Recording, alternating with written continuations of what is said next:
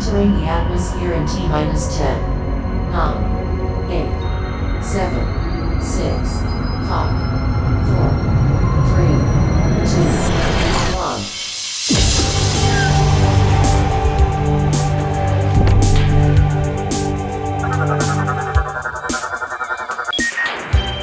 Hello everyone and welcome to the Omega Metroid podcast from OmegaMetroid.com.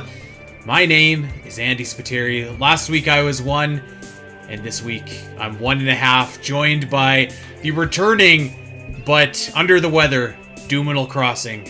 Doom, how are you?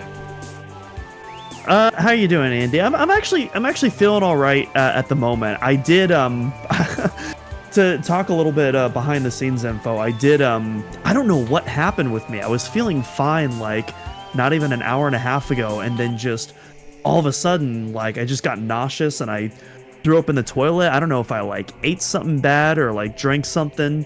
I checked all my the food that I ate was frozen. I checked my drink and it doesn't expire till February of next year, so I don't know what's going on. I'm feeling okay for now, though, so I think we're gonna roll through this episode and keep going. Which, oh my gosh, it's been so long since we've last talked. So much has happened. Indeed.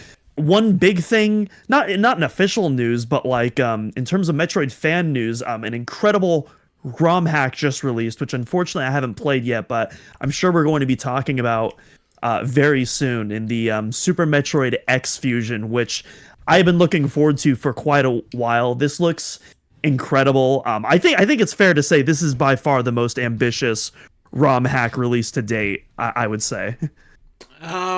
Yeah, I haven't got a chance to play it yet. It looks spectacular. I've downloaded it. It's queued up. I know a couple people have played it.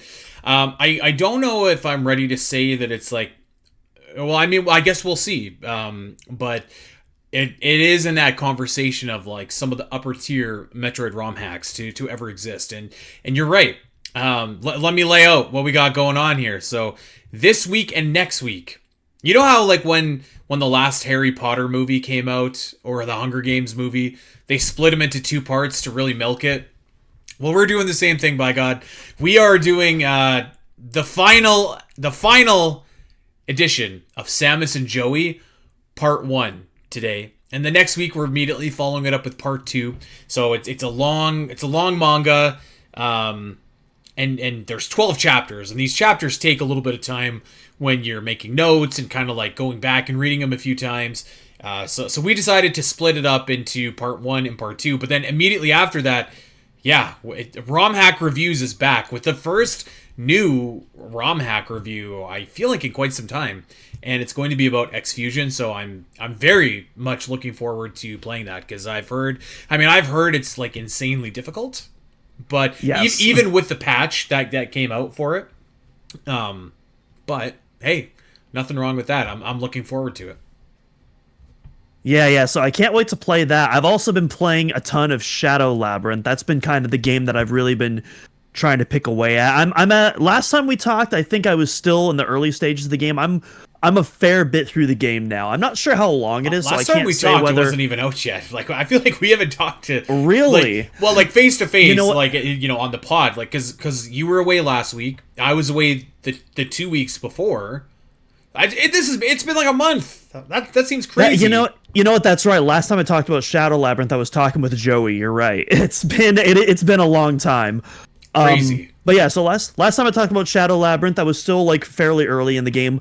I don't know how long the game is, so I don't know like whether or not I'm at the halfway point, or if I'm 3/4 of the way, or if I'm even 1/4 of the way. I don't know, but I'm like definitely like a fair bit through the game. I've acquired a few different abilities now.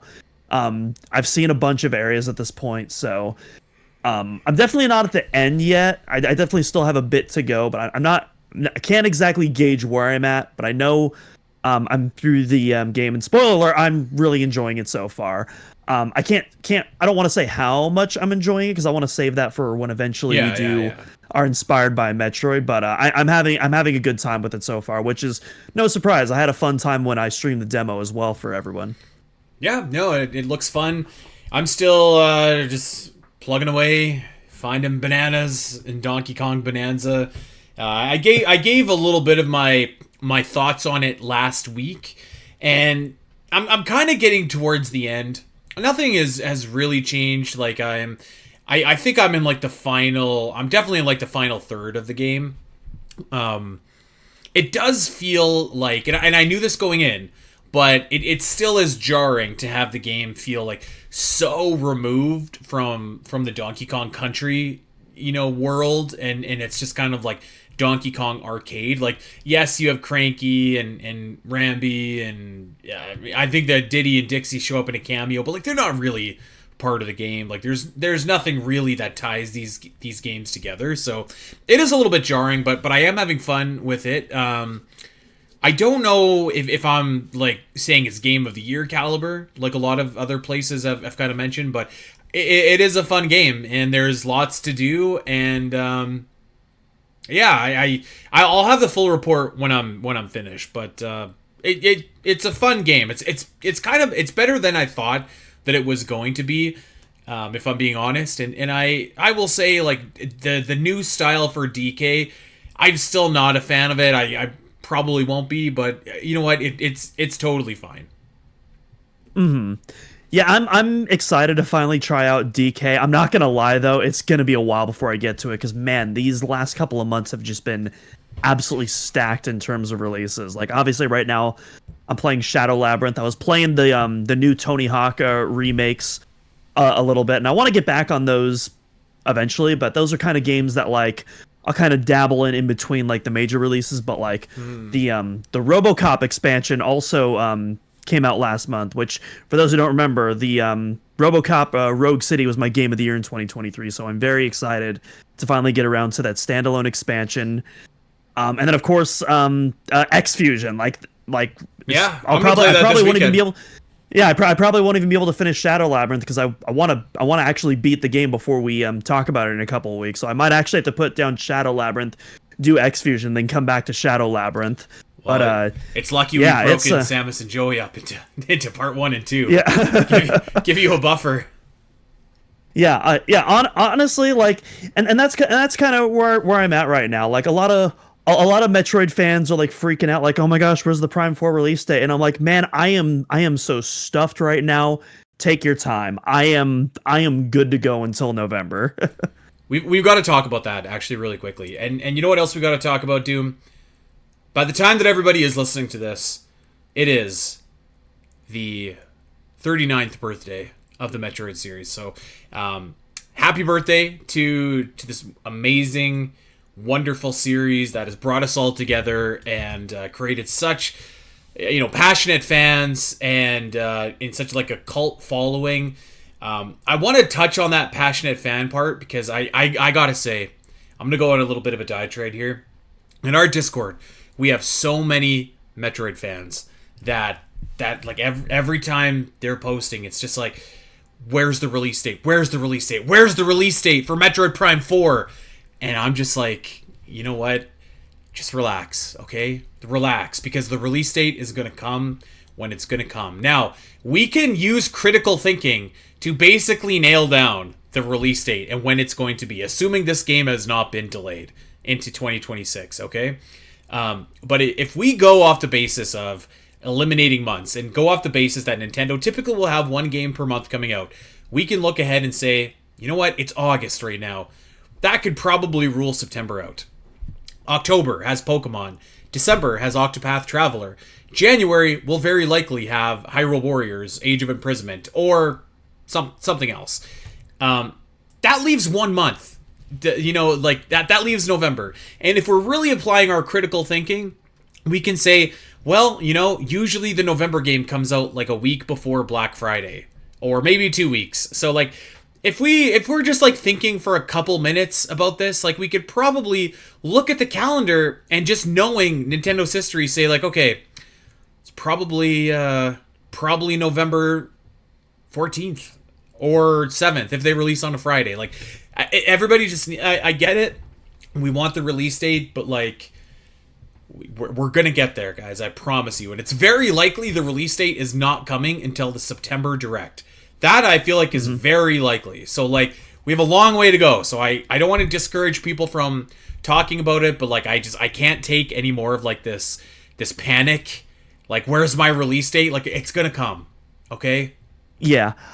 Like, there's definitely a time and place to panic. I don't think we're at the time nor the place. I mean, we've been waiting for this game for 8 years. The game is going to be here before we know it. I think we're well past the panic phase. The game is obviously not canceled. Like, the game's almost finished, if not already finished, for all we know. So, like, I'm not panicking. I'm just vibing right now. I will say, though, it is there is a discussion to be had about kind of the weirdness of everything going on right now, because at least when it comes to Nintendo does typically have their holiday lineup release dates rolled out by now, and I think there's a fair discussion to be had there. But I think it's fine to have a discussion around that, but I also don't think it's warranted, at least as of right now, to panic. I see absolutely zero reason to like fearmonger over anything like that. If the September Direct happens and we still don't have release dates for any of these games, okay, then you know what? Then I think we can start panicking a little bit. But I would be genuinely stunned if we come to October and we still have no idea when any of these games, let alone Metroid Prime 4, is coming out. Yep. So Metroid fans, just relax. It's coming. That I promise you. All right. Well, that being said, we have a lot to get into here today, Doom, and I know that you're at, like, I don't know, 65% health in your meter right now in your e-tank, so we better get going. I'd say a little bit. I'd go in 85 right now. I'm feeling pretty all right. Can change in an instant. That's basically full health. We'll see. Yeah. Okay. Well. Yeah, we've got a lot to get to here. Like I said, we're only doing the first 6 chapters of Samus and Joey. Samus and Joey X, by the way, Extreme. I love this title. And it's been a long time since we picked up and last kind of went on our adventures with Samus, Joey, Diesel, and the rest of the gang. And to kind of sum up where we left off last time, and please feel free to correct me if I am wrong or mistaken anything here, Doom, but we left off with a new villain introduced whose name is Greed. And Greed is the same species as Ridley. And Samus has had all of her powers stripped away. This is like the Ing in Metroid Prime 2. They took all of her powers away. They're in what's called data capsules now.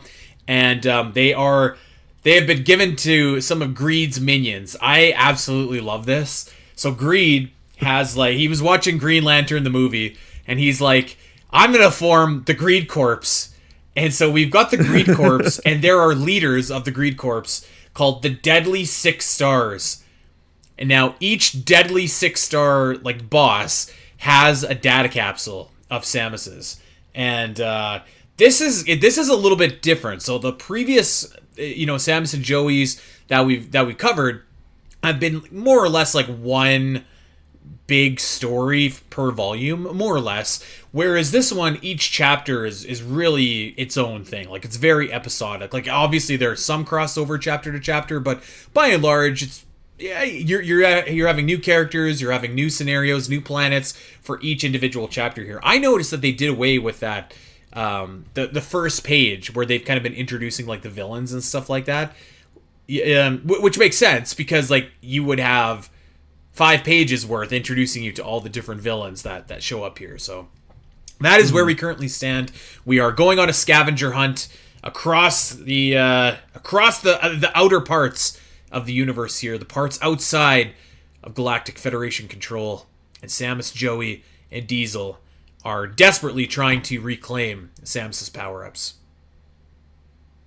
Yeah, absolutely. And the first one, this is kind of, I think this first one kind of encapsulates why I really enjoy this tone so much. It really does feel like this very bizarre Saturday morning cartoon fusion, but also very, very loosely tied into Metroid, because one thing I've always liked about Metroid is kind of its take on the gunslinger. I've talked about, especially when it comes to the Metroid 2 box art, like that iconic kneel pose. You have the smoke coming out of Samus's gun. It gives off this kind of this neo-futurism gunslinger look to Samus that I've always really enjoyed.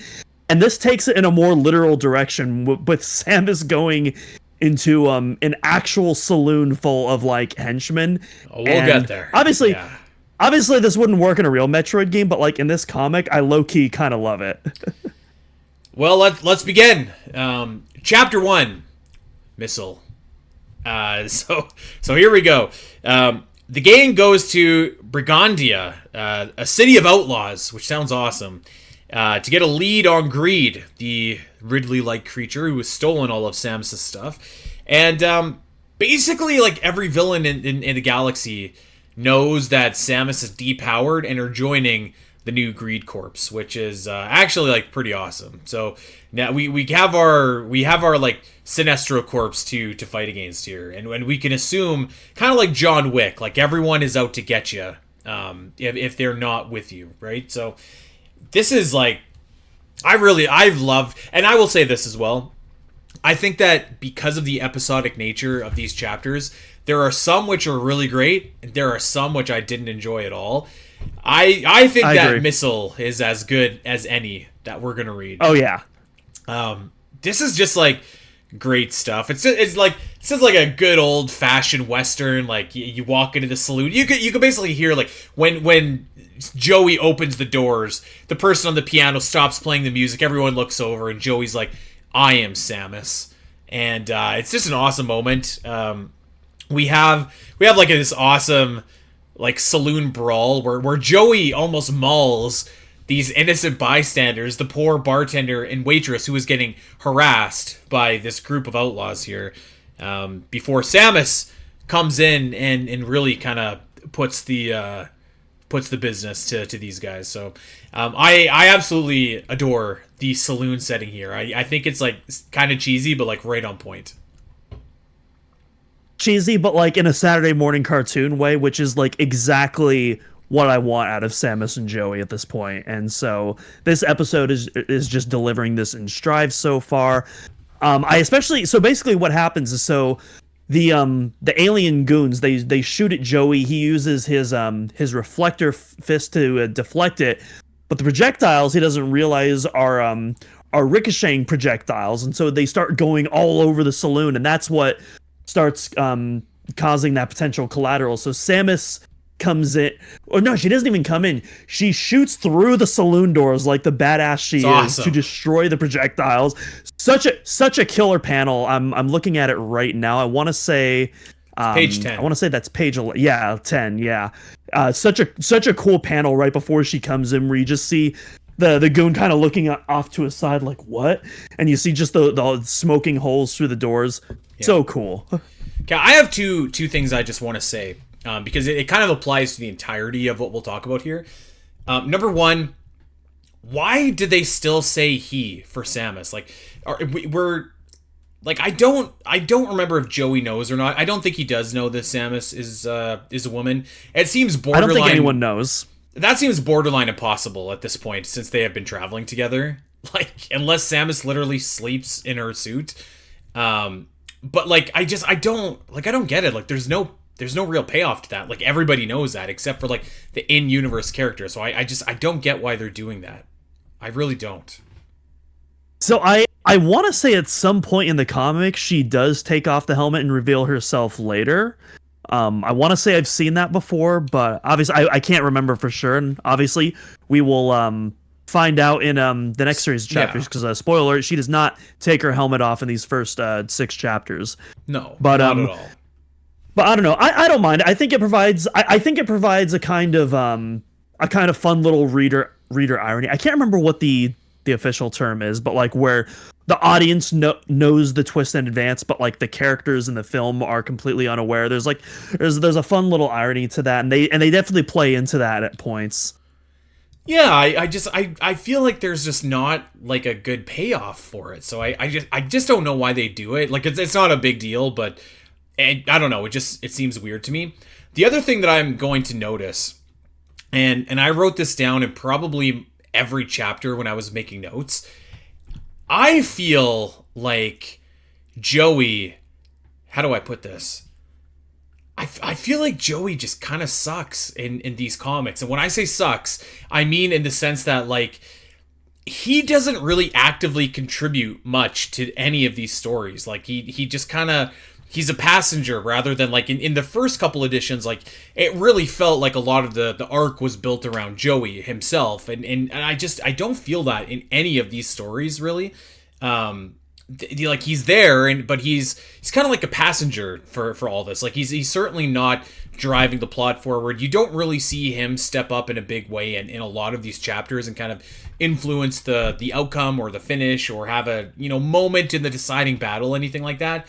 It kind of reminds me of, like, he's really more in, like, the I don't know, the Robin phase, but not even cool Robin. Like, Robin when he's just, like, getting captured all the time and needs to be rescued by Batman. Like, I don't know if you noticed that, but I feel like across the board I was like, yeah, Joey's not really contributing a whole lot here.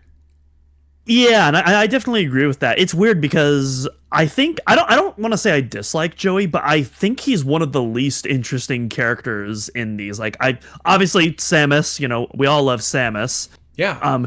Diesel, I think he has some funny moments. The villains are super just cheesy 80s era villains. Absolutely love them. And then Joey, he's kind of there. I don't dislike him though. But it is weird because, he and Samus are like, they're the title characters, so you'd think they would be like, yeah, you'd think they'd have like a bigger focus on them. I thought they did a really good balance of that in the first 3 editions, and I don't know what changed for this one. Maybe the episodic nature, but yeah, I kind of feel like Joey he's just a guy, like, there's not much else to him there. To be fair, these first 6 episodes have been focused on Samus getting her abilities back, so maybe the next 6 we'll see, like, Joey get more involved. I have to imagine he would be involved in, like, the grand finale, but I don't know. Yeah. We'll see next week, I guess. Do you think Joey's mom ever comes back and was just like, man, I'm sorry for being a horrible mother? Nope, that was a one and done. We're never hearing from her again. That's too bad. All right, so this is, like, basically like a Mega Man game where Samus will go in and, like, defeat the bosses to get abilities to then, like, defeat the next boss, which I kind of love. The saloon fight spills onto the streets. You can see the tumbleweed go by, and then the Greed Corpse boss Zalim is fighting Samus with her own missiles. And by the way, it looks like this guy's using storm missiles. Zalim, I loved. I thought this guy was just like such a goober. Just like this might be my favorite villain in the whole comic. I absolutely love this guy. He was great. He looks like a Ninja Turtle character. He was very charming, I thought. And man, Samus just buries this guy. You'll never master my missiles. What good is a pearl to a pig? Screamed Samus at him. I was howling. So there's a few different pages that I want to shout out. Page 16 though is the first instance of this, and you kind of learn what his gimmick or character trait. And this guy just casually, nonchalantly does friendly fire like no one's business, and he blames everyone else. And that's what makes this guy so funny. So he's like, oh my god, I got the missile. I'm so cool. I'm so badass. I'm unstoppable. And then he just starts firing it nonchalantly like a madman and doesn't even realize all of his missiles are just killing all of his henchmen and not any of the actual targets. And this happens like 2 or 3 different times, and it never gets old, and it's funny each time. I love this guy. So they're having like their confrontation, their standoff, and Samus has like no powers at all, so she's about to get schmacked with a super missile, and on panel 26, we should mention, by the way, this has been faithfully translated by Metroid Database, so if anyone wants to read this, go over to metroiddatabase.com. You can go to the manga. It's a great resource that they have given the Metroid community, so shout out to them. But on panel 26, I don't know exactly what's going on here, but what I think happens is that Samus kind of pulls like the golden chorizo. She catches the super missile and like puts it back to to Zalim here, and he's just like, uh-oh, and then gets like blasted into smithereens. I have that panel. The panel saved here where she actually throws it looks so awesome. I also love that the actual translation for his scream is squeal double exclamation point. That gave me a good laugh. I would make the same sound if someone was throwing a super missile at me. Yeah, but that's it. He's dead. I also have to point out, so his regular missiles come out of like a similar arm cannon looking device. The super missile, so he's like shaped like a rhino, and the super missile comes out of like the top of his head. So I thought that was pretty funny as well. Zalim is awesome. There's a whole there's like a whole panel like dedicated to like his. It's kind of an anime trope, but like, you know, kind of like the DBZ transformation. The like, oh, I'm entering my ultra mode, but his is just like opening up his snout to reveal the super missile. I thought that was pretty funny. Yeah. So Zalim is no more. Again, Joey just a complete non-factor. He might as well have not even been there. And Samus has her first data capsule back, which is her missiles. So now we can start to get rocking here. Chapter 2, Morph Ball. So the gang is going to a strange new planet named Maru in a dangerous star system outside the Galactic Federation control. And Maru City kind of looks like the Jetsons, what you might imagine the Jetsons look like, except everything and everyone is round. What do you think of this gimmick? First off, I literally just got the pun. Maru City, Maru Mari, Metroid 1 Morph Ball. It just clicked to me. At first, I was like, what the heck is going on here? But they started playing around with it, and once they started getting into the puns, that was like, oh yeah, this is my alley right here. And honestly, all of our Morph Ball puns we were doing during our Arsenal Evolution episode were just put to shame by this chapter alone. Like every single panel has multiple spherical puns, and I was just eating every one of those up. I thought it was a bit much. This was cheesy even for Samus and Joey. And let's get to it here. So on this planet, if you are a citizen, you have to like be in a disguise to prove that you're round, because if you're spiky, like I think like somebody literally comes up and says like, "Oh my God, you're so ugly" to Joey because he's not round. So if you're not round, you go to jail on this planet. And there are a few of the locals that are not in fact round, and they are in a disguise pretending to be round.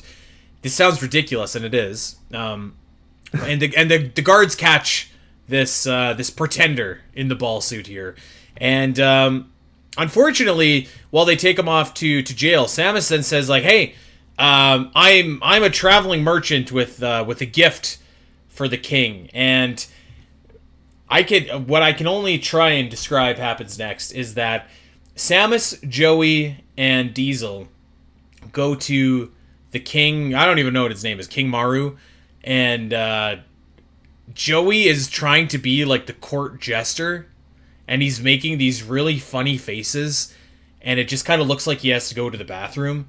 And I was like, what is happening? And I think he's trying to make like ball puns and stuff, and the king doesn't like it. Nobody likes it. Page 11 like just looks absolutely unhinged. I am not making this up. On panel 11, Joey is contorting himself, and there is a stick coming out of his ass with leaves on it. I wish I was making that up. So I should say it's not. It's tucked between the cheeks. It's not coming out of the ass. Let's be very specific there. Let's. Well, yes, you are right. There's a huge difference. Technicality, yes. That being said, I agree. I have no idea what the hell is going on there, but clearly it's working because the king is very entertained by this. What would you do if some like kid came up and had a stick out of his butt cheeks? I don't know that I would be. I'd probably be phoning the police, to be honest. Yeah, probably deer in the headlights and then phoning the police. I'd be like, yeah, yeah. What the F? So the round guy here, who's also he's not the best villain, I won't say, but his name is Golem, and he's a sphere demon, and he has the Morph Ball data capsule. It's like Samus just basically like just starts fighting him, like they're just like, oh yeah, you have something to sell to the jester, come on in, you got a stick, great, we're gonna put up your ass, and you tell him some jokes, and this very dangerous looking bounty hunter, I'm sure that you're on the up and up and have something to sell. But so they just start fighting right away. Golan actually starts screw attacking while in Morph Ball mode, and this actually looks kind of cool. This is on panel 24. So I do want to give credit where credit is due. This is kind of like a cool shot because like the ball's coming in and out of like all the different like holes in the wall and stuff like that. But the finish, okay, the finish. Samus is just like, wait a second. What if I went for the center of gravity kick, and she's just like, I know what to do, and just kicks him right in the head, and that's it. That's his weak point. Is just you just got to kick him right in the head. But I will say on panel 26, I love that they give like the center point, the axis of rotation. Like they're very scientific about why this should work. But this is like so lame. Like. Like start to finish, I thought this chapter was horrible. Like, I'm not gonna lie. I don't know. I thought it was pretty entertaining. This was like to me this felt like Transformers G1. Like Transformers G1 gets absolutely unhinged and off the rails sometimes, and this felt like one of those like off the rails like Transformers G1 episodes reading this here. And so I was having a good time at least. And I also, that was another panel that I saved here just because I love that they provided this scientific description on centripetal force, which was just very funny and out of left field. I know. The panel, I'll kick him in the head. That'll do it. I will say the panel of Samus kicking the him in the head does look really cool. This villain, he reminds me of the robot villain from, well, the film Robots. He reminds me a lot. His design reminds me a lot of that guy. I don't know if that's ringing a bell for you, Andy. That might be a little past your time. It might be, yeah. Although I do watch a lot of science fiction movies, so he kind of reminded me. Actually, you know what? I can't remember if it was this boss or if it was another boss coming up. One of them reminded me like a lot of Boss Nass from the prequels, like the Star Wars prequels. I can see it. Yeah, I can definitely see it. This one the actual that same panel where he's saying that's screwy, that close up of his face, that definitely has some Boss Nass vibes for sure. I think it must have been this guy because he's the only retowned boss that we end up fighting. So yeah, Boss Nass vibes for sure. Okay, on to chapter number 3. Chapter 3, Ice Beam. So what's happening this week with our heroes? We are actually, you know what we're doing before we even get to what's happening with our heroes is we're checking in on Greed for the first time in a long time. And I'm going to say it. I think we're all thinking it, but I'm just going to say it. Greed is not a cool name for a villain. I mean, it's not, but like most of the villain names are like cheesy and wacky and like I mean, even like, you know, going back to that saloon planet, literally the name of the planet is like Brigand or something. It's like it's literally named after like thievery. I think that you could have done like a cool name for Greed. I don't know what that, like, maybe, you know, like Ridley was named after Ridley Scott. Like, is there something else from Alien you could reference to name this character? Like, if this character's name was I don't know, like Bishop, or maybe not Bishop, but you know what I mean, like something that's just not like so on the nose. Mm-hmm. I don't know. I mean, it probably sounds cooler in Japanese, like, and we've talked about this before. Like, this is a fairly literal translation of the Japanese text. If there was an official localization, there'd probably be a bit more, you know, a bit more liberties taken to more work better with like the English language. I say that right as I butcher an English sentence right there. But yeah, I don't know. It's whatever. It's certainly not like the biggest deal in the world, but I can't help but think that like we could have come up with a cooler name, but you are probably right in that the translation maybe doesn't kind of get the full context across. Anyways, so what we got going on, Samus is flying around in space, and all of a sudden, she's like, hey, this is a weird meteorite flying at me. It's like, it's unnatural. It's, or comet, excuse me. It's completely frozen, and she's like, where is it coming from? And then they discover, our heroes discover that there is, in fact, an SOS coming from the direction that the comet seemed to be originating from. And they go over and they land on this frozen planet. And I was getting some, like, big-time Interstellar vibes here. I don't know about you. So believe it or not, and I feel yucky saying this, Interstellar is on my watch list. I have not seen Interstellar yet. I know, and I'm probably going to love it when I see it, because I love Christopher Nolan, I love sci-fi, but just for whatever reason, I haven't gotten around to that one yet. But I know, I need to do that. It's 10 years old now, which doesn't feel right. That's like, no, that You're that right. can't be, but it's 10 years old now, which is just absolutely wild. So yeah, incredible eventually movie. I will watch. Incredible movie. I believe you. I'm sure it is.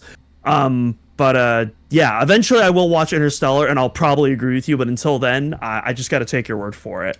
I do want to point out there is this one panel where Samus says these comets aren't natural, and that is a commonly used meme format used by Metroid fans. So I had that moment where I saw that, and I did the Leonardo DiCaprio pointing meme, like, oh, I've seen that before. Yeah. I've actually never seen that meme, but I could totally, like, it's a great panel, actually. Like, Samus's helmet looks really cool. It's kind of got, like, you know the one meme where, like, the lady has all, like, the equations floating above her head and stuff like that? It basically looks like that in Samus's helmet. So, like, it's a great, like, fodder for memes. The reason I was saying this looks like Interstellar, and this isn't a spoiler, but, like, so Samus, Joey, and Diesel land on this planet. They meet an orphan brother and sister who had a farm, but the farm is completely frozen over. And so in Interstellar, humanity is having a real tough time growing crops. Like nobody could feed themselves anymore. And so that's kind of where I was like, this kind of reminds me of that. And this brother and sister, who I'm actually not sure are ever actually named. I think maybe one of them is, and it was like Minoru, actually, like from Tears of the Kingdom. Yep. But I don't know about the brother. Anyways, so they're talking to this brother and sister, and they're explaining to Samus and Joey that, you know what, this planet, much like, oh man, what's Anakin Skywalker's planet called again? Tatooine? Tatooine? Yeah. Yeah. We used to have two suns, but one of them is frozen. And so nothing works on the planet anymore. The crops won't grow. Everything's frozen solid. And our parents, they farmed until their last breath. And then you see the gravestone for their parents, and it's just like, oh boy. So this young man, the brother who is never named, reminds me a lot of Casey Affleck in Interstellar, a lot, because he's very defiant. He's gonna tend to that field until he joins his parents, and he's definitely dealing with some trauma. I feel that, but They kind of give their story to Samus and Joey, and Samus and Joey are like, we cannot let this stand. There's a lot of similarities between Joey and this brother, I would say. And I thought what actually happened next was kind of cool. I don't know about you, but they're flying around, and they find basically like a big power plant in the core of this frozen sun. And there, they go inside and they meet Krista, a mechanical boss guarding Samus's ice beam capsule, excuse me. I thought this was actually like kind of a cool setup. A really cool concept. This one actually again, kind of a lame name, but like at this point, like, who cares? But this totally reminded me of like Andros from Star Fox. Like, I was getting super Andros vibes from this whole thing, and I love kind of like the setup of, like, you know, kind of the whole fight. So it's literally a frozen sun, and you think that the whole sun is frozen, but then it's revealed after they enter the power plant and go to the center, which, I mean, that must be a really tiny sun to get to the center that fast. But regardless, they reach the center of the sun, and it's revealed, like, no, actually it's the surface that's frozen and the surrounding structures that are frozen. The center is it's still firing on all cylinders. So Krista has the ice beam power up, which is why that whole sun is frozen. And so the whole plot device is like, oh, well, if you defeat me and my ice beam wears off, then you guys are all going to be incinerated. And it's I like, thought oh, that that's was so actually good. like that's a really cool setup. Yeah, I like literally noted that. I was like, this is like a really kind of good conundrum. Like, because like, what do you do? Obviously, you need to defeat them, but yeah, like, do you call the villain's bluff? Seems like unfreezing the sun while inside of it is probably a bad idea, and it's not like you have bombs or anything that could kind of like do it from a distance. I guess maybe missiles, but yeah, I also thought this was like a good showcase for like the power of the ice beam. Like, you're freezing an entire sun. Imagine if Samus could do that. That's pretty... Yeah, you just roll credits within like the first minute of every Metroid game. Maybe she can, and she just doesn't want to do that and like kill planets. I don't know. Yeah. Or honestly, if anything, in Fusion, we would probably be the ones getting credited after the first minute. We would be done. There is a cool kind of breakdown of what you were just talking about on page 18, where it shows the frozen layer, the high temperature layer, the molten core. I would love to know how they built this power plant inside. Maybe just like inserted it or something like that. That's neither here nor there. I mean, there's wacky stuff happening in these. I mean, we'll talk about another issue, but like, you know, there's going to be some time later where like a team of alien technicians build rocket boosters in less than 20 minutes to launch something into the stratosphere. So all known laws of reality are out the window, which, you know, again, is totally fine by me. Yeah, hey, I mean, let's go. All right, so you might have to help me out here, to be honest with you, because like, so Krista is just like, you can't defeat me.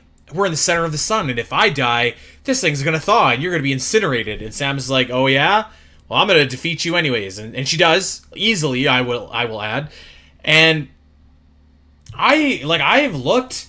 I actually don't like have any idea what is going on. Like, Samus kind of shoots like Krista explodes. I don't know what happens here. They make it out, is the point.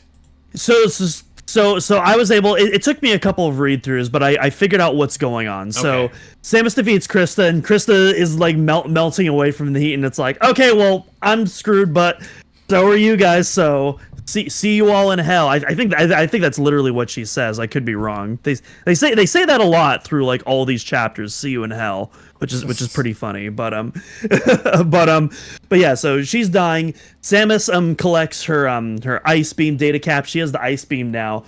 So the ship immediately just starts getting fried. Obviously, her power suit is still getting fried because she doesn't have the various suit yet. That was another ability that was taken from her, which we will definitely be talking about later. And so she uses her ice beam to start shooting at the ship. And then Joey, he uses his little field knuckle plot device to spread the ice shots more around the ship. That makes more sense. So that it gives full coverage to the entire ship, and that's how they're able to fly out while the sun is reactivating, basically. In the first even then the ship gets like pretty heavily damaged in that process, even amongst all that. Oh yeah, very heavily damaged, which is good because you see that crossover into the next chapter. But I mean, this is like Joey's major contribution. I would say biggest contribution in the first 6 chapters, like for sure. Yeah, those field knuckles are a hell of a plot device. I wouldn't mind grabbing one of those in a Metroid game. They seem to be able to get everyone out of every imaginable pinch. Yeah, I would love a pair of field knuckles. Which is funny because I thought his knuckles got destroyed in the last chapter when the round boss activated his screw attack, because like his knuckles, he was using his field knuckles to try to stop him when he was in morph ball mode, and then in the next panel when he activated the screw attack, it looked like they had gotten destroyed, but I guess not. Yeah, I guess not. Well, and thankfully, because I'm sure they'll come into use in the back half of this series here. Chapter 4, Bomb. I love Bomb. I love it. Bomb. So we're starting off hot. The ship, as you correctly point out, has a bunch of big critical issues as it is flying through outer space, and they crash land on a foresty planet. And I actually it's really funny because in my notes at this point I was like, not only has Joey not done anything, but Diesel is barely even there. Like, he has done literally nothing. Like, why is this guy even here? And, of course, this chapter is literally all about Diesel. So I was like, well, there you go. But yeah, so they crash land onto this mysterious planet, which turns out to be Diesel's home planet. And he meets a bunch of other Diesels who, I think they're just loosely called the Craftsmen, is their given species name. Yeah. We are introduced to one of the premier characters in this entire manga. Papa Lightning. First of all, Papa Lightning has a sick stash. His stash looks awesome. And there's obviously some bad blood between Papa and Diesel as they kind of get into it, and they're going back and forth, and Diesel's like, you gave up building things. All we were made for is building machinery. We know machinery like no one else. So I think we should go into that before the dialogue. So basically, they encounter like Diesel species, including like his former mentor who taught him how to be a mechanic. Yes. And it's revealed, kind of like the Chozo on Talon 4, that like these, their whole gimmick is that these are like, the best mechanics in the galaxy. That's their claim to fame.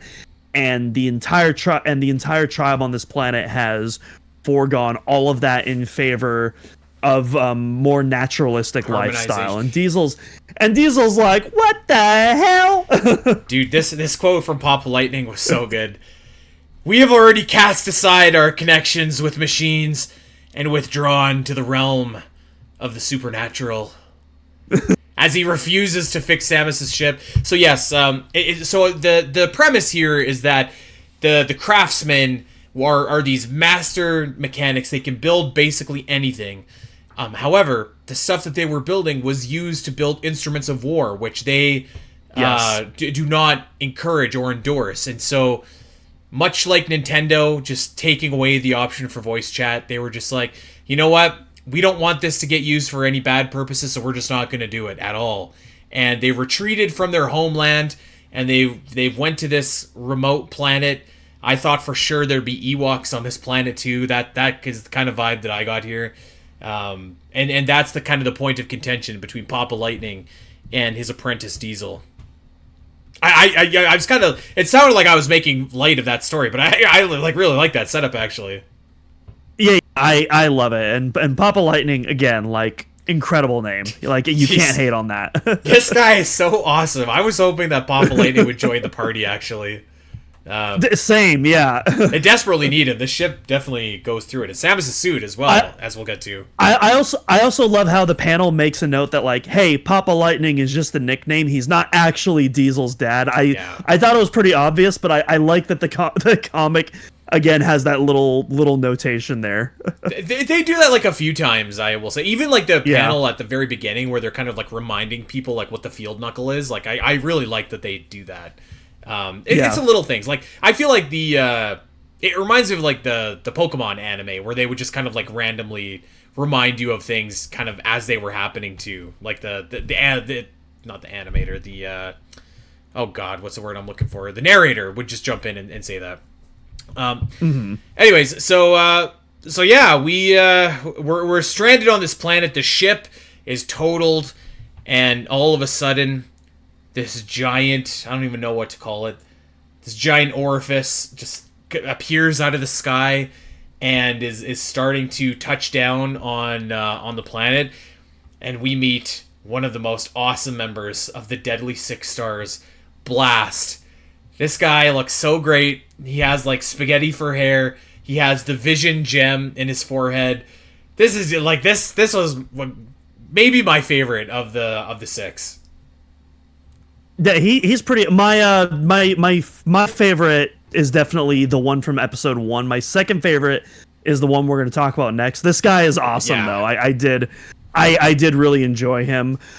So when he first appeared, I had assumed that like they followed Samus, But as the dialogue quickly shows, it's just another old coincidence where it's like, nope, we just decided to mine this planet. Oh, and it just so happens Samus is here, the person whose abilities we stole. Never mind, we're not going to bargain. We're just going to destroy the whole planet now.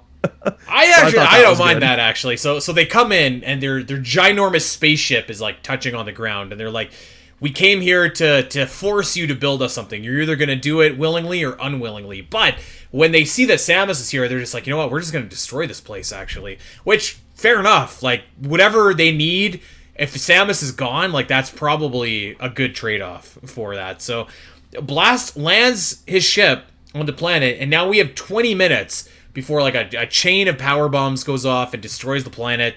So, we've got an old-fashioned escape sequence here. And then classic James Bond villain can't just destroy the planet. He's got to put a timer on it. Scott Evil would be very disappointed in him. I did wonder, like, why did you have to land your ship? Like, why couldn't you just do this from orbit? Then they would have really, like, they couldn't have touched you at all. And they were so close too, because Blast is like, I'm not coming down there to fight you. I'm okay right here. Yeah, honestly, it's just like, no, that's not a smart move. You stay down there. I'm gonna just use my binoculars and watch from up here. Yeah, so the 20 minutes is on. Lots of Starscream vibes. Again, going back into that Transformers G1 there. Like very Healy, another kind of a cheeky swear word I want to use, but I'm not going to say that on the podcast. But you can if you think Starscream from Transformers G1, and that's basically what this guy is.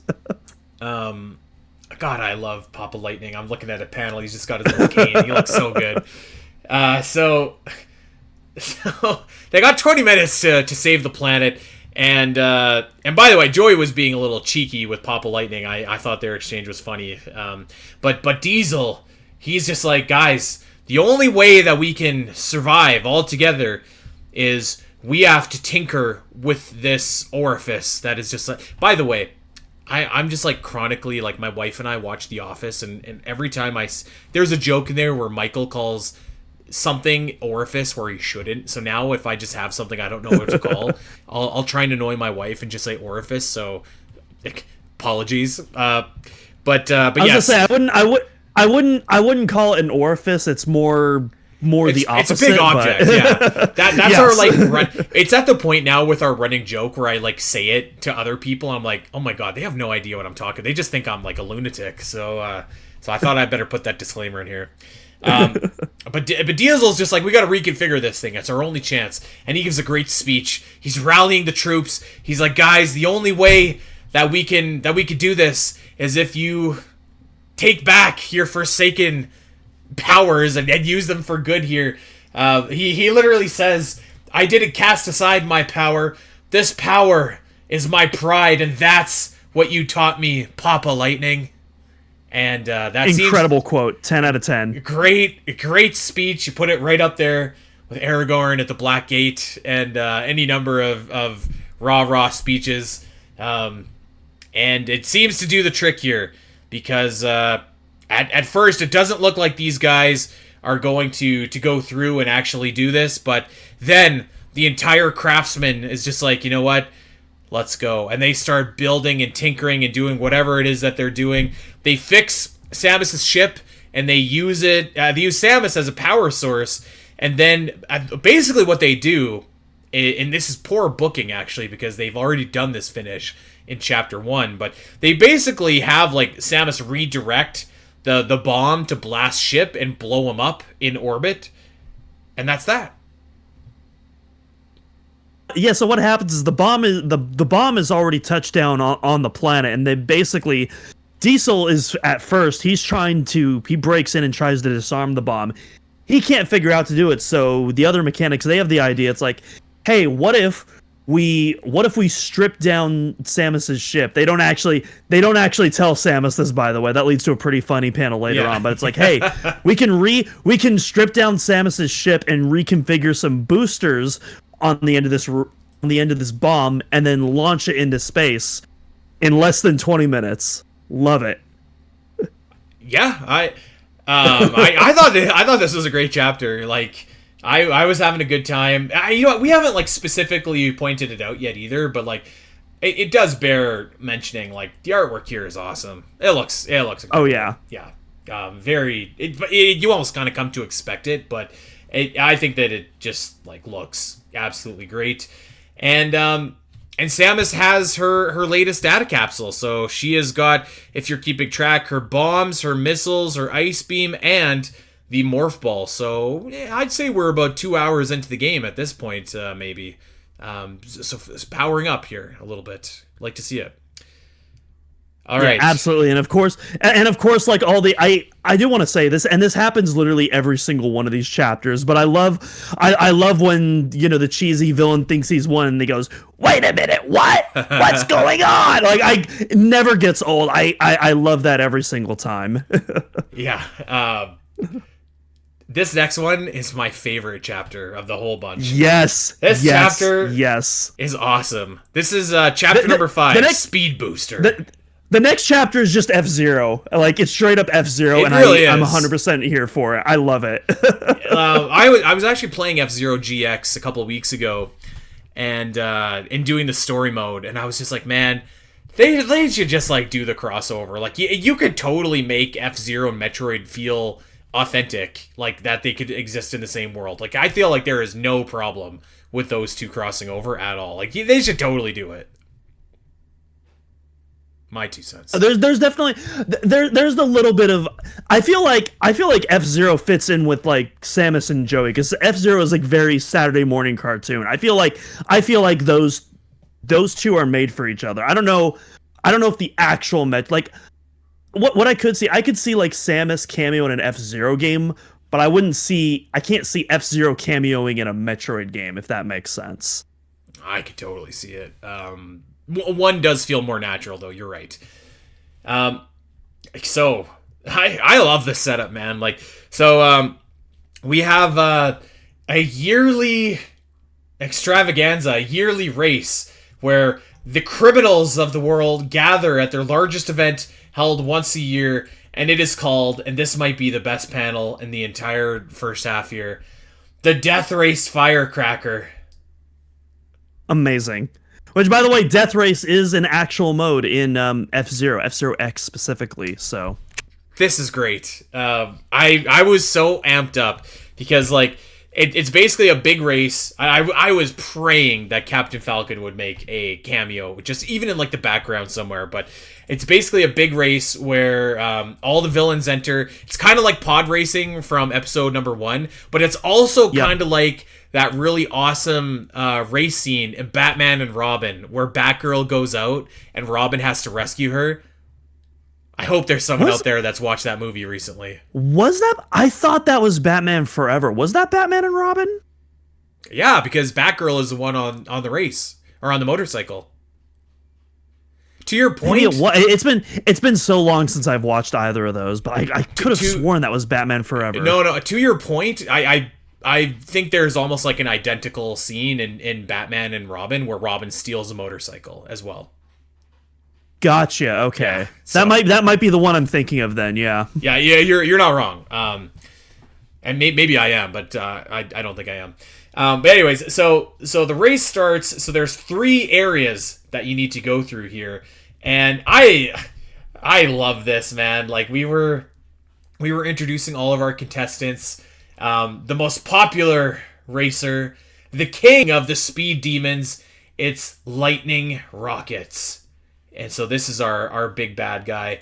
And we're introduced to a couple of other racers here. And man, I popped so big for this. On page 4, they're like, our newest contestant, the mysterious group, Aaron DJ. And Samus has her cloak just kind of pulled up a little bit. Joey has a mask and some sunglasses. Diesel has like one of those like curvy hats on. This is so great. They're just like in this ridiculous Saturday morning disguise, entered into this race already. No wasted panels here. Oh, put every one of these in the Hall of Congress for preservation. This is pure cinema. So like Samus and Joey isn't like always my vibe, like not all the time, but like man, I was so into this, and And I was like, I was so excited to see where it went, or where this went. So yeah. And Samus, by the way, it's just like, hey, like I think Joey's just like, hey, why are we here? Do we really need the prize money that bad? And Samus, and by the way, so the craftsman fixed Samus's ship. It's at like 130% capacity from the last chapter. Yes. And Samus is like, no. Look at the poster for this villainous race. The guy's holding up the speed booster capsule. So that is why they are going in here. And so we start off in area number 1, and Samus is flying through the first area. There are just cars getting destroyed all around her. People are just getting, picked off left and right.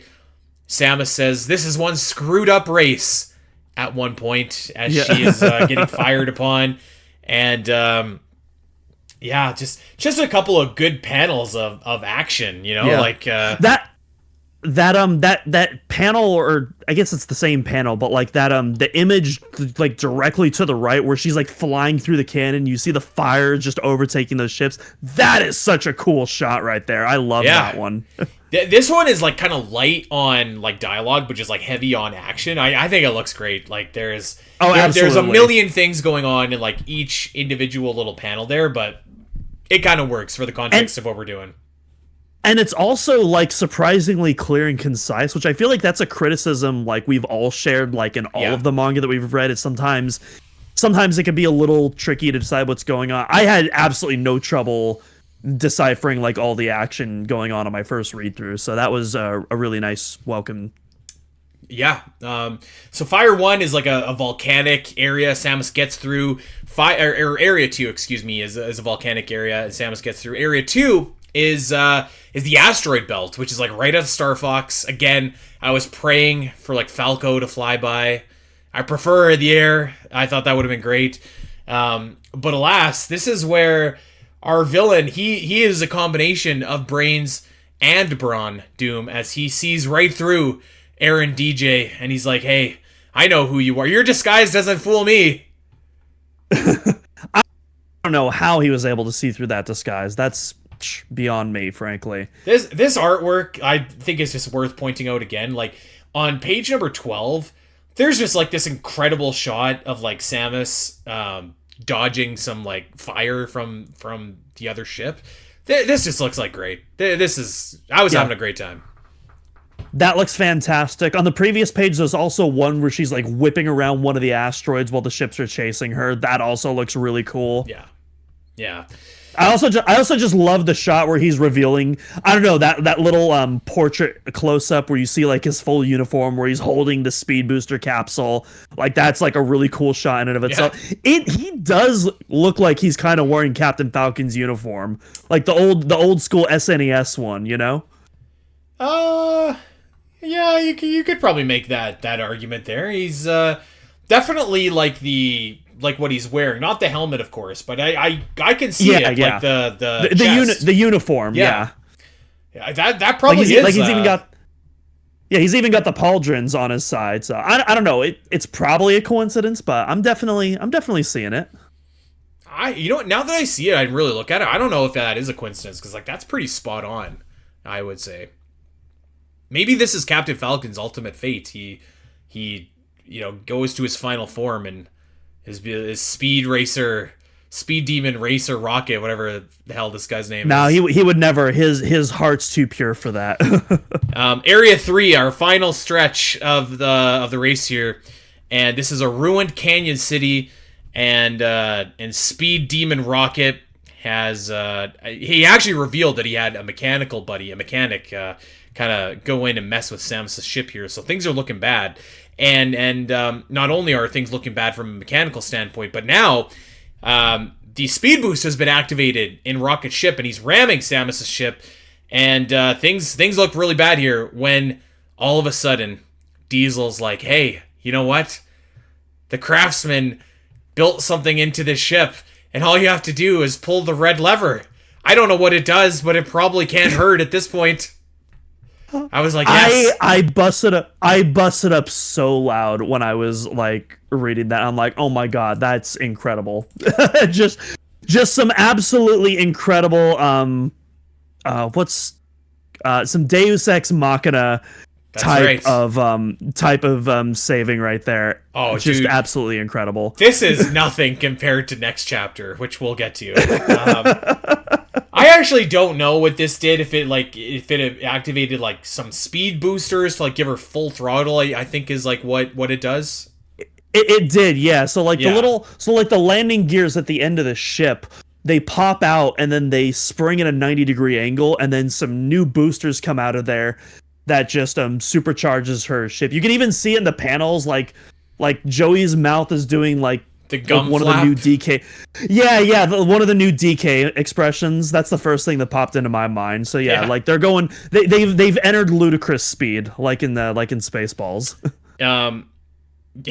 His gums are flapping. You can see it on page 22, and I think there's another panel as well where Joey's gums are just like literally like blah, going everywhere. Again, worth mentioning that Joey doesn't do a damn thing in this particular chapter. He didn't do anything last chapter. He doesn't do anything next chapter. So Joey is really just kind of like here, and that's it. But yeah, so the lever activates the speed booster, for lack of a better term. And yeah, the pretty cool scene here, because the finish is, so Samus's ship is speed boosting and Rocket's ship is also shine sparking actually, and Samus just jumps right on his ship. And I'm going to try and pull the line she says. I thought, oh, this is so good. She jumps on his ship and she's just like, enjoy your finish line in hell. Yeah, that shot just looks absolutely insane. I love it. The shot looks awesome. Like, the line is cheesy. Enjoy your finish line in hell. But I thought this was so good. This was such a good chapter. The guy blows up. She gets the speed boost back. There we go. And then all the crowd. And it shows like all the crowds that had like bet on bet on the other guy are like, no, I'm ruined. All my money is gone. And it's like just a nice little cherry on top. This is definitely my favorite chapter for sure. Oh, I had so much easily. fun reading this one. Yeah, easily. You know what? I would say this chapter and then chapter 1 I thought were really strong. Chapter 3 I thought was good. Chapter 4 was fine too. I would say, like, if I was giving, like, tiering it, I'd say the chapter 1 and 5 are at the high tier. Chapter 3 and 4 are the middle tier. Chapter 2, and I think, as we'll get to, chapter 6 are the lower tier here. I don't know if you would agree with that, but let's go to chapter 6. I think chapter 2 is definitely the lowest tier, but again, I enjoyed chapter 2 still for what it is. So I think that kind of says my overall thoughts on what we've read so far. But yeah, I definitely agree though. Chapters 1 and 5 are like by far like the strongest show. I would say probably the strongest showings of like the entirety of the manga so far, let alone just these 6 chapters that we're discussing here, because I had an absolute blast with those. Yeah, you could definitely argue that. I think like the Killer Penguins was pretty sweet from Samus and Joey 2. I thought that was pretty good, but yeah, I think you could put the F-Zero race against like anything. Oh yeah. I also do have to shout out the very last panel where because so they talk about this in the beginning of the chapter where Samus is primarily trying to get the speed booster, but Diesel's the real one who's like, yo, while we're getting the speed booster, we can also make a killing on this. So they win the race, and he's like so excited to open his chest, and it's completely empty because the entire race was basically fixed from the beginning. And so that was like a perfect Saturday morning cartoon finale. Yeah, the villains stole the prize money. Go figure. All right, chapter 6, Variasuit. This is another thing that reminded me of Interstellar. That's all I'm going to say. But our heroes end up on like a big ocean planet, and here we have this wonderful pearl of wisdom from our named character here, Joey, who says, "A man who comes to the sea and doesn't go in is a moron," as he literally almost goes into a sea of sulfuric acid. So, roll credits. Yes.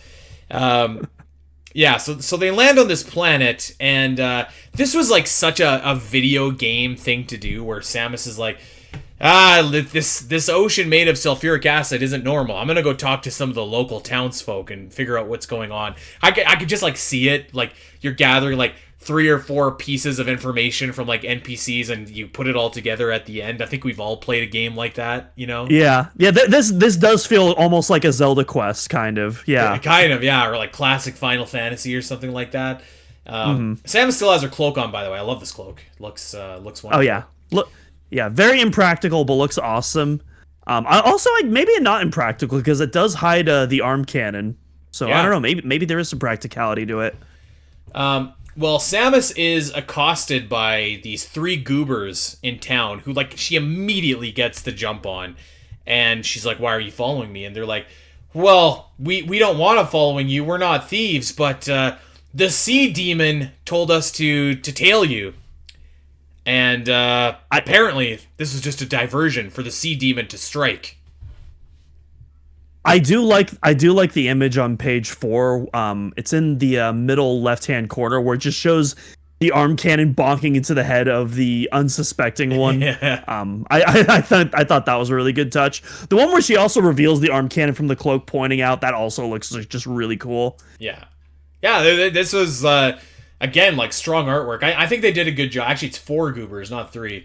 But they did a good job in making these guys just look like geeks that Samus could just like obliterate.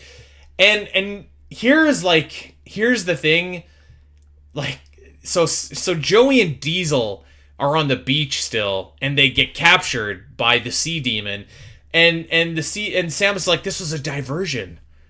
It's like, what do you mean it was a diversion? You went into town, like yourself. You left them unattended. It's not really a diversion. I guess maybe the guys sneaking up on them, but like Samus literally had them in like 3 seconds. I don't know if that kind of constitutes a diversion or not, but I don't know. I mean, it didn't have to be a diversion. It didn't have to be a diversion. Yeah, I know what you mean. Like, they could have just all like explored together. There was no reason for them to be separated other than plot contrivance. Well, that's okay. Joey and Diesel are indeed captured and put into a submarine, and here we have the final boss of the Deadly Six Stars, Defen the Invincible. Defen the Invincible gave Samus a run for her money here, actually, I will say. So, yes, things actually look like pretty bad. And what happened is that Defen puts Joey and Diesel into like a submarine, and it's just like, well, this is going to sink into the sulfuric acid ocean, and you got like 5 minutes to rescue these guys. And you know what? All I could think of was my wife's favorite joke as they were doing this, because so my wife's parents, her mom and her mom's parents are from Germany, and so they always told this joke where like a German would radio in and be like, they're on a sub and they're sinking, and be like, help, we're sinking, and then like the other like German answering the phone would be like, what are you sinking about? And it's like, it's a lame joke, and it was lame when they told it to me. Like, but like, there's something about it that's just like so lame it's funny. And now every time I hear like, I see like anyone say like we're sinking, all I can think of is that.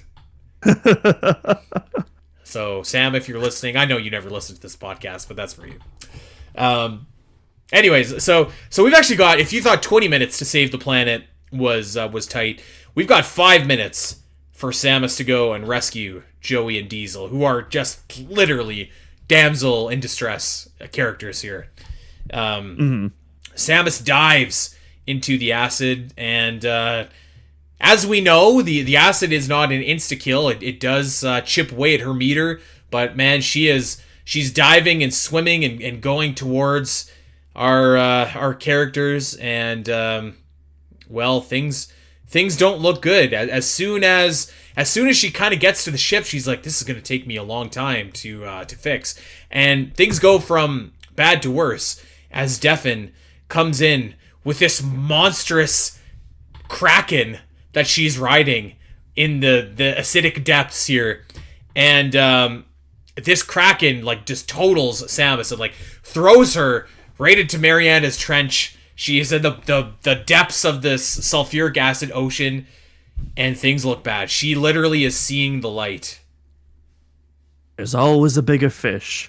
But yeah, Samus is trying to fight back, and she tries to use some ingenuity here. I really like this panel where she's like, all right, you know what? I'm gonna try a super missile, but the acid is the sulfur is so acidic that it literally melts the super missile before it can even reach the creatures, and so she's like literally cannot do anything. Yeah. Screw attack doesn't work. Nothing works under there. And she just gets bodied. And you see, on page number 20, like, it looks pretty bad. She is on the bottom of the ocean. The acid is eating away at her armor, which does not have various suit capabilities. Things look bad. And she's seeing the light. Her suit AI is basically telling her, like, hey, you need to get out of here like yesterday. But all of a sudden, she has a memory of Joey. And I actually don't know what Joey, this memory inspires her, but it does. And she starts to hulk up. She's coming up. She's just like, how do I get out of here? And then she finds the underground volcano conveniently located right beside her feet. And she's like, I know what to do. My beam will awaken the energy of the earth. Chew on this. It's a burning volcanic bomb from Davy Jones's locker. As she fires into the ground and the volcano comes bursting up and it incinerates the sea demon. It rescues Joey and Diesel somehow. It doesn't incinerate them, and Samus rides the wave up. And by God, we have clutched victory from the jaws of defeat. I don't know. I enjoyed that. I don't know. Clearly, we definitely have some different thoughts on this. But I don't know. I can't say that I like hated it. I was just like, this is so even for Samus and Joey, this is cheesy. Like it's so ridiculous and shark jumpy, but that's kind of why I like it. Yeah. It's like you know what this was?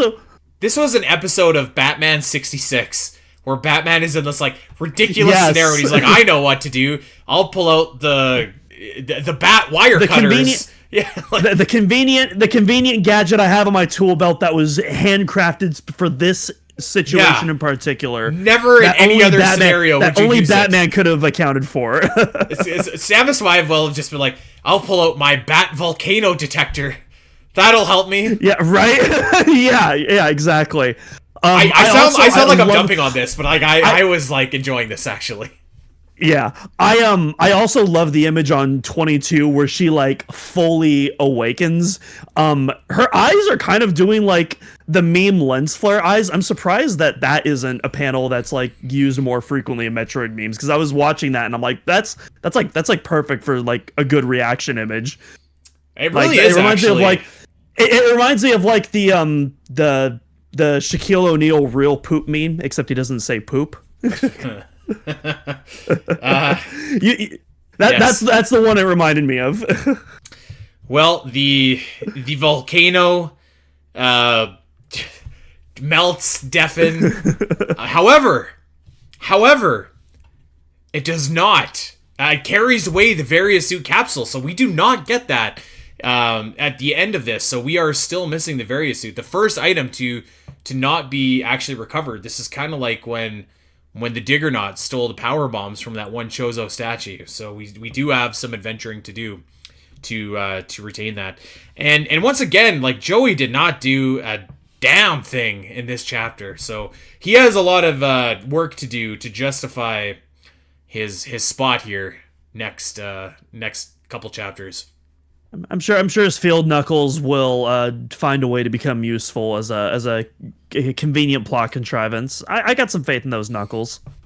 Well, Samus looks pretty bad here. She looks pretty far off from full power, so we'll see what that looks like as we get into the next chapters. We are going to cut it there, though, because I mean it took us 80 minutes to talk about the first 6 chapters here, and that is going to be too long of an episode to do all of them. So next week we are going to cover the back half of Samus and Joey X. So to be continued as we wrap up on this particular version today. I will say once again, I think like reading Samus and Joey is less fun to me than talking about Samus and Joey, because like when you talk about it, you can kind of like poke fun but be a little bit goofy and stuff like that. Like I really do like talking about it with you guys more than I like reading it by myself. This really would just be the perfect cartoon to watch. I wish it was like cartoon form. That'd be amazing. For what it is, I feel like in fun. video, in cartoon form, I feel like this would be some perfect virtual theater fodder, if you ask me. Oh, this was made for virtual theater. Yeah, absolutely. Okay, well, and it looks like that's kind of it for the items here, because the next couple chapters, Duel with the Night, Duel with the Night 2, Rescue Mission, Certain Death, Honorable Retribution, and Birth of a Legend. So we are getting to the end of the Samus and Joey saga here. It feels like we've been doing Samus and Joey for the better part of 2 years, which I mean we have, because we do these episodes infrequently. So next week it all ends. Next week we say goodbye to Joey and Samus for now. Now we'll have to find another manga to revisit for our Metroid manga series. So That's right. we haven't decided on one yet, but I'm sure something will come up. Something will. You know what we're gonna do? We're gonna do a one-off so that we don't have to. We could just do it, and it's all right. Anything before we get out of here, Doom, that you want to touch? I thank you for powering through here, by the way. I know that you're. You're welcome. I'm actually. I will say, like, as we've been talking to this episode, I've actually slowly been feeling more and more better. So I think I know what did the trick. Obviously it was seeing your lovely face, Andy. I saw that and I was just like, you know what, I'm gonna be just fine. I thought that it might be the energy of the earth and the volcanic bomb from Davy Jones's locker. That is also a possibility as well. This is California, so plenty of fault lines to go around. There you go. Yeah. I guess last thing I do want to talk about. I want to go back to page 23. This page of like Samus getting up with like her melted disfigured power suit, where she says, "It all ends here if I give up." That's a great shot. I don't know. This is like a straight up Metroid Fusion shot. Yeah, that looks really awesome. That does look really awesome. I might use this for the artwork actually for this episode. It looks really cool. Okay, that's a great thumbnail. Yeah. Well, there we go. All right, part 2 coming at you next week. Very excited to finish this off and get it all done. And like we said, after part 2 next week, X Fusion, baby. Let's see what the hype is about. Let's see if it lives up to the expectations. Let's see if it's as difficult as they say. I don't know. I might even stream this, actually. Expectations? Hey-o. There you go. Well, on that note, everybody, let's get out of here. Thank you so much for listening to the Omega Metroid podcast. We appreciate everybody that tunes in.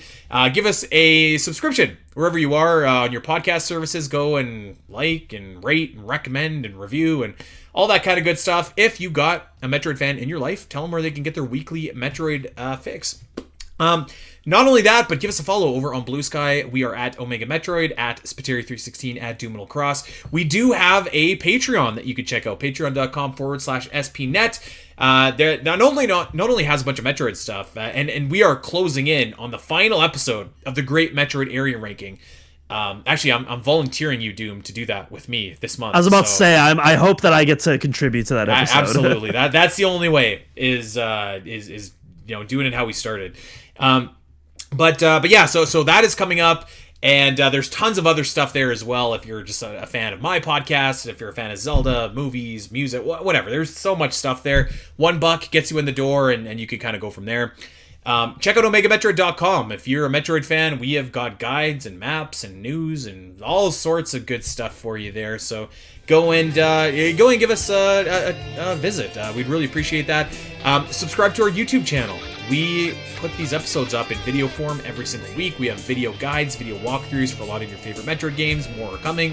And we do some streaming there as well. So maybe I will go and stream some X Fusion this week.